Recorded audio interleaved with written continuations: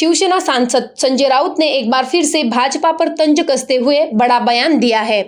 गुरुवार को मीडिया से बात करते हुए उन्होंने कहा, हमारे लोगों को या तो झूठे आरोपों और झूठे सबूतों के आधार पर जेल भेज दिया जाता है या उन्हें केंद्रीय एजेंसियों द्वारा प्रताड़ित किया जाता है। हम भी उनमें से एक थे, लेकिन हमने कहा था कि हम डरेंगे नहीं, इसका भुगतान उन्हें करना ही होगा। संजय राउत ने एनसीपी सुप्रीमो शरद पवार की बात का समर्थन किया है और कहा है कि मैं पूरी तरह से उनसे सहमत हूं, उन्होंने कुछ भी गलत नहीं कहा है।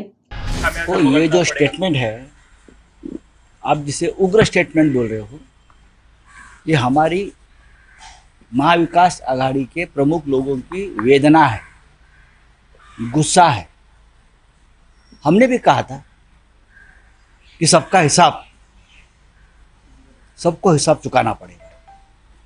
जिस तरह से हमारे लोगों को राजनीतिक बदले की भावना से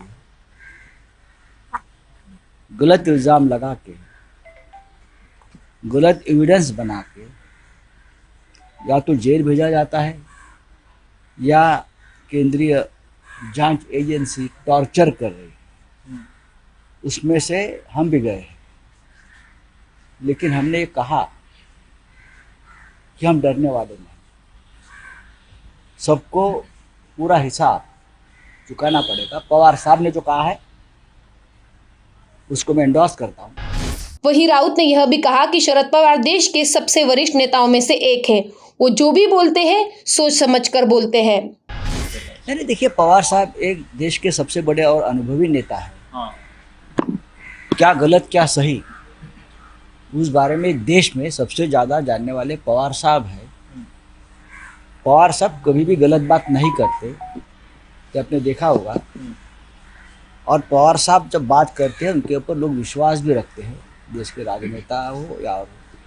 पवार साहब ने भी बतौर महाराष्ट्र के मुख्यमंत्री और केंद्रीय मंत्री बहुत साल तक अनुभव लिया है, तो उन्हें मालूम है क्या हो रहा है। जिस व्यक्ति ने यहाँ आरोप किया गृह मंत्री के ऊपर या और किसी के ऊपर, वो तो भाग गए, उसको भगोड़ा घोषित कर दिया।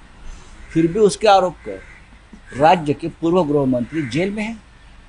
सीधे सीधे केंद्र सरकार को चैलेंज है, आपको लगता है प्रधानमंत्री नरेंद्र मोदी को चैलेंज? मुझे नहीं लगता ऐसा, ये किसी को चैलेंज नहीं होता है। अगर कोई सच बात है, अन्याय के खिलाफ बात उठा रहा है, ये किसी प्रधानमंत्री के ऊपर चैलेंज। लेकिन सच अगर पवार साहब ने कहा है, सत्य कहा है, तो लोग ये बात अब धीरे धीरे उसके बारे में सोचेंगे और बोलेंगे।